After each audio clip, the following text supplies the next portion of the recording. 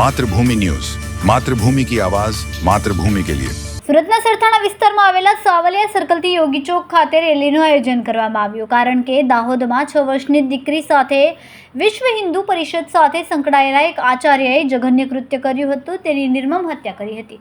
ઘટનાને લઈને આજે કોંગ્રેસ પાર્ટીના પૂર્વ કોર્પોરેટરશ્રીઓ અને કોંગ્રેસ પાર્ટીના કાર્યકર્તાઓની સાથે સંગઠનના સાથીઓ આ દીકરીના આત્માને ન્યાય મળે અને અપરાધીને કડક સજા થાય એ માટેની માંગ સાથે પદયાત્રા રૂપે સાવલિયા સર્કલથી યોગી ચોક સુરત ખાતે ગયા હતા। માસૂમ બાળકીના આત્માને શાંતિ મળે માટે પદયાત્રા યોજવામાં આવી હતી, જેમાં મોટી સંખ્યામાં કોંગ્રેસના કાર્યકર્તાઓ ઉપસ્થિત રહ્યા હતા। મેહુલ રાયકા, પ્રમુખ સુરત શહેર યુવા કોંગ્રેસ। આજ રોજ શ્રદ્ધાંજલિનો કાર્યક્રમ રાખવામાં આવ્યો છે, કેન્ડલ માર્ચનો। દાહોદની અંદર જે ઘટના બની, જે નાની બાળકા, જે ભૂલકા સાથે જે ઘટના બની, એ સમગ્ર ગુજરાત માટે એક કલંકિત વાત છે।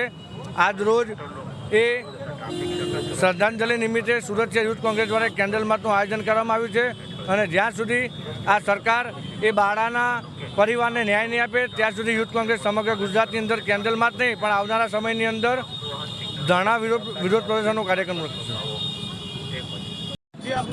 દિનેશભાઈ સાવલિયા।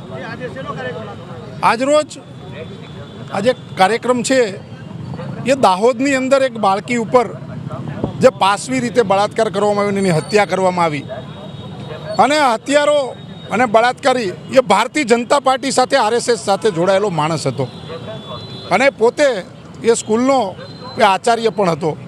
એટલે ખૂબ ગુજરાત માટે કલંકિત ઘટના છે। એક બાજુ ભારતીય જનતા પાર્ટી બેટી બચાવો બેટી પઢાઓની વાત કરે છે, પણ બેટી કોનાથી બચાવી? ભારતીય જનતા પાર્ટીથી। અને બીજી બાજુ બંગાળની અંદર કંઈ પણ બને છે તો આપણા રાજ્યના સંવેદનશીલ મુખ્યમંત્રી જે કહેવાય છે, મૃદુ અને મક્કમતાની વાત કરે છે, ત્યારે ત્યાં બંગાળના મુખ્યમંત્રીનું રાજીનામું માંગે છે, અને અત્યારે અહીંયા મૌન બેઠા છે, ચૂપ બેઠા છે।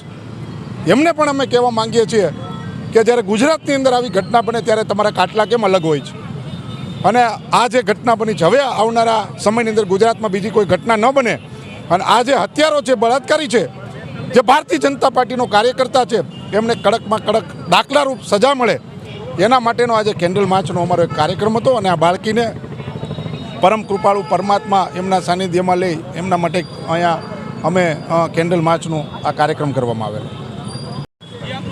છાયા ઠાકુર,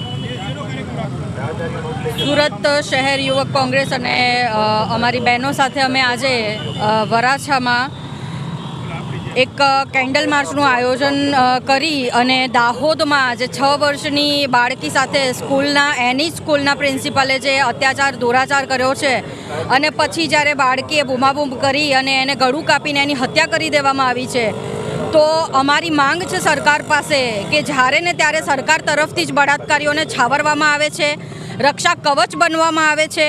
અને આપણે લોકો અગર કદાચ નહીં ભૂલ્યા હોઈએ તો હું યાદ કરાવી દઉં કે થોડા સમય પહેલાં બિલ્કિસ બાનો વાળો જે રેપ કેસ હતો, સામૂહિક બળાત્કારવાળો, એમાં 11 આરોપીઓને છોડી દેવામાં આવેલા હતા અને એમને હાર તોરા મીઠાઈઓ ખવડાવવામાં આવેલી હતી।